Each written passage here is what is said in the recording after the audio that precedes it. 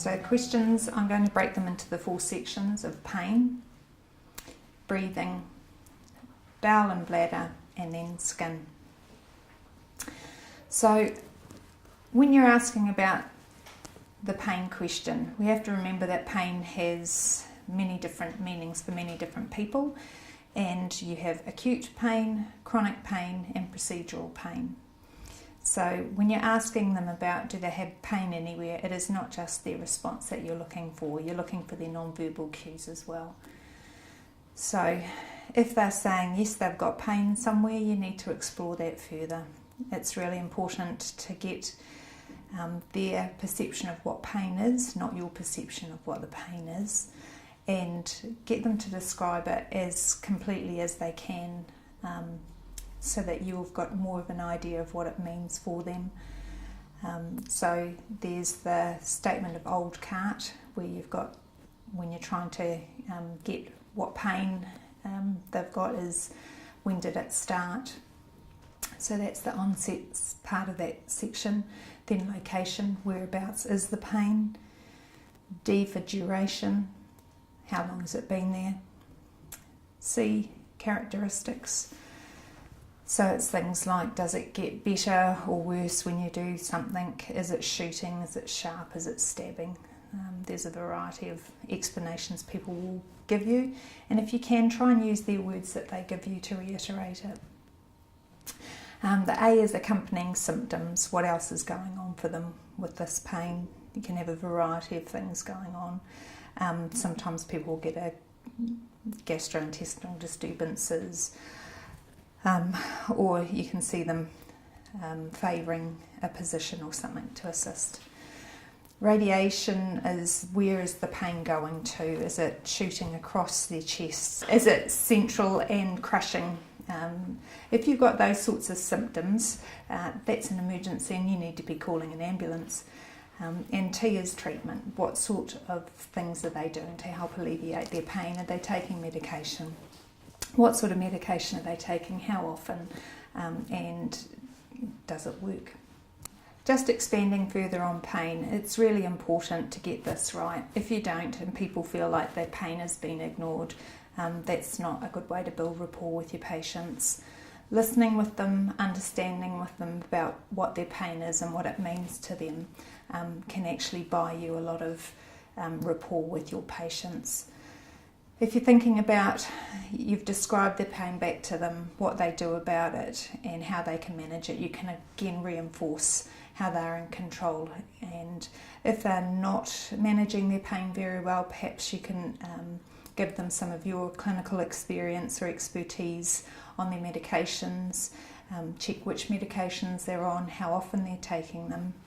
And it is important to see the medication package, because sometimes people will say, yes, I'm on something, but what they're thinking they're on is different.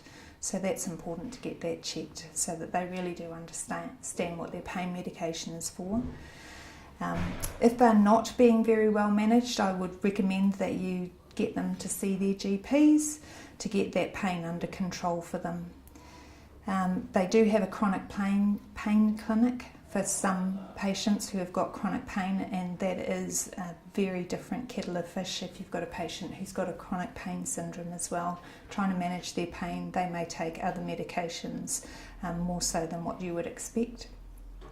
Remember, pain's not always just managed with medication. It can be managed with using rest, splinting, warm packs, cool packs, and sometimes just reassurance and a cup of tea can help. And the important thing for nurses is about checking what's the procedure that you're going to do for patients. If you've got a wound that may be quite painful, consider ringing them before your visits to ensure that they take their analgesia at least 20 to 30 minutes before you go and visit, so that they've got some pain relief on board. There are other ways also when you're doing taking dressings off, and it's about timing with your patients and working with them so that they do feel like they've got a degree of control. Ask them how they want their dressings taken off or done. Some people like their sticking plasters ripped off real quick, and other people like it slowly, so really it is a personal choice, so do get to work with the person with that. And remember, pain is not a pleasant thing. If you've had it yourself, you know it can be very distracting, so it does need to be managed well. So our next section is on breathing, and we want to be asking, do you sometimes get short of breath? Some people may say no problems at all. Others will go yes. If you've got people who've got chronic conditions such as cord or bronchitis or bronchiectasis or asthma, they'll have an understanding of what their breathing is like when it's normal and when it's not normal. Check in and see whether or not they've got a cough and whether it's productive or not. And I know it sounds a bit gross, but you do want to know what they're coughing up. And so sometimes they're more than happy to disclose to you if it's clear or if it's green. So you've got an idea if there's an infection going on or not. And just checking in with them, do they have a respiratory condition? And if there's something, if they've got a condition like asthma or cord, do check in and see if they've got an action plan so that they have got an understanding of how to manage if their condition is deteriorating, if they're becoming more short of breath.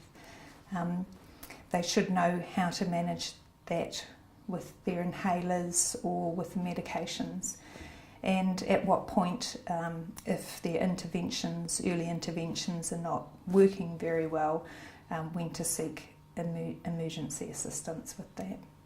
The other thing with breathing problems is if people have got a known respiratory condition, they know how to manage it best. Please do listen to them and what their normal coping strategies are.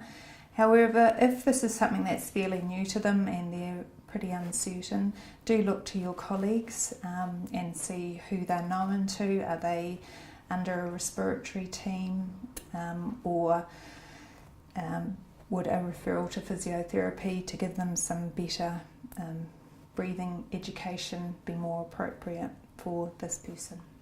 So bowel or bladder. So what you're asking here is if people have got any changes with their bowel or bladder habits. And of course, we know them to be set as bowel or bladder habits, but people in the community, if we're talking about health literacy, may call them number ones or number twos, or mimis or kaka or whatever. So you need to identify with your patients what terminology they use for it. It is not always easy to broach this subject with people, but sometimes people are more than willing to share with you what they've got going on downstairs or what they've got going on with their bowel or bladder. The other thing is sometimes, as we know, patients may have had surgery, and so they may not actually have a functioning bowel or bladder. They may have a stoma in place. So those are the sorts of things you need to identify with people. As we know, it's one of the signs or symptoms of cancer if people have had changes in their bowel or bladder habits, so it's important to get those checked out if there have been any changes and they need to be investigated, so it's appropriately referring them on back to their GP. The other thing is with bowel or bladder you can have different issues. There are continence assessments for both bowel and for urinary continence, and there's also a separate ostomy assessment form, so if they're heading down that path, please make sure you complete those assessments so that we get a better rounded picture of what's going on for them. If they're saying that they have got continence issues, the district nurses do the continence management primarily. However, we're now branching out and understanding that actually all allied health members can ask about this very important topic. If people have got any issues with pain or bleeding or frequency when passing urine, this needs to be investigated further, so the GP may want to do a urinalysis for testing.